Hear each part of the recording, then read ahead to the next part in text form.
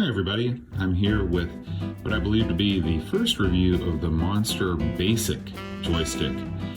It just arrived in the mail, so let's open it up and see what's in here. Okay, I've got everything out of the box. Let's take a look and see what we have here. It's worth noting that this is the cheapest version of the Monster Joystick that is currently on offer. I bought this for 35 pounds plus about 6.5 pounds shipping, so altogether it's about 50 bucks US. The components, just taking them out of the box, nothing really seemed incredibly cheap. I've had arcade machines where I've used authentic SandWop parts and things like that, and this is obviously not, or else they would have advertised it so. But the buttons seem clicky enough. The joystick seems pretty solid. The micro switches all seem to be pretty good, so we'll see once I put it together how well it plays. But as you can see, it comes unassembled completely. You even have to peel the PVC, or I'm sorry, the lining off these plastic parts. I did opt for the clear model, but anyway, it's come with some instructions with some full color pictures, which is always welcome, especially as someone that buys a lot of things from China. The instructions are sometimes lacking. Of course, this was shipped directly from the UK, but I'm going to put this thing together and put it through its paces. Okay, after removing all of the protective film over the plastic, it looks like they have sent me a blue one, even though on the invoice it says that I ordered a clear, but that's okay, because I kind of like the blue. So anyway, the first step is putting these plastic risers through a series of plastic nuts and bolts onto this thing, and then we take the main interface and put it on thusly. The next step is to attach these panels, and they come together in the way that if you've put together any kind of acrylic plastic gizmo that you bought online before, you put in the little bolt which anchors the panels together, and unless you are extremely clumsy of hand and have huge hands like I do, it's not too bad. So here we are with the bottom part of the case fully assembled. I will say that it doesn't feel super sturdy yet. I'm hopeful that putting the top on will kind of complete it. This acrylic stuff always makes me a little bit nervous, especially when I think about games like Hypersports on the Spectrum that require a good bit of waggling. But I guess we'll find out when this thing's all put together. Now for the top.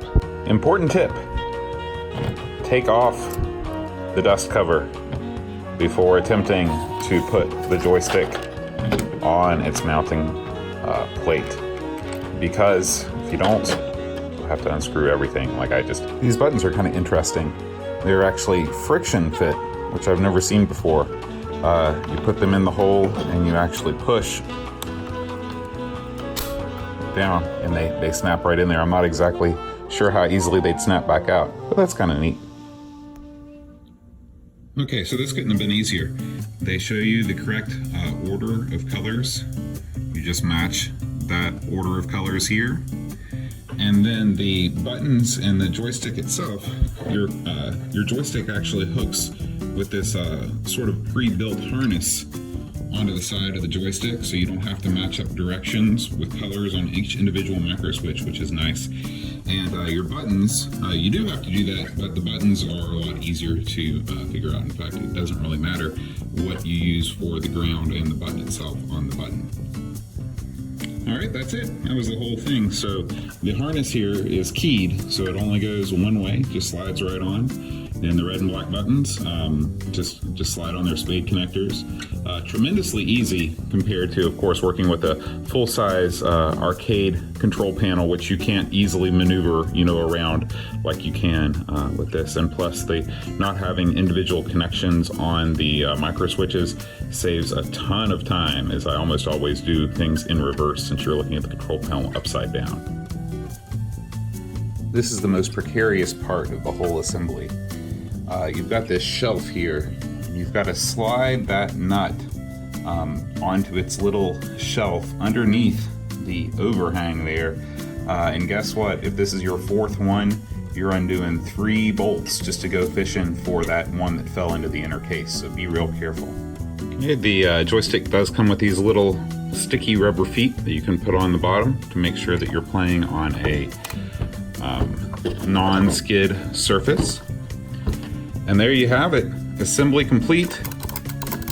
Feels pretty good. This table is a whole lot less stable than the joystick. So let's plug it in and see if it works. All right, here we are in front of the trusty Atari 1200 XL, a perfect computer for testing out our new Monster Joystick. Now there are different options for the rear of this thing. You can get it with a USB interface.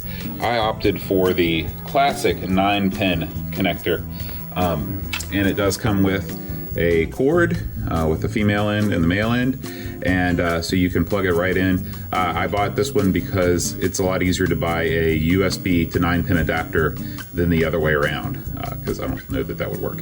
So anyway, I'm going to plug this in and we're going to see if it works. Okay, so we've loaded up one of my favorites, Laser Gates. This is a horizontal shooter, and we'll see how she plays. So I can come back here like this and start. Okay, so it looks like all of our directions are working. There's our button. This is actually not as bad as I expected. Playing, oh, never mind, I'm awful. But yeah, everything works. There is a switch on the back of the stick that will allow you to remap the up direction to the second fire button. So for all of those, say, Amiga games, Amiga platformers, where you have to do up for jump and you would rather use a button for jump, there's a 1-button fix for that without any having to remap the keys any other way. So anyway, I hope you've enjoyed this video on the Mini Monster Basic Joystick. I think it's a solid buy. Feels solid. You know, it seems like it could stand up to some hard waggling. So anyway, for $50, I call it a solid buy.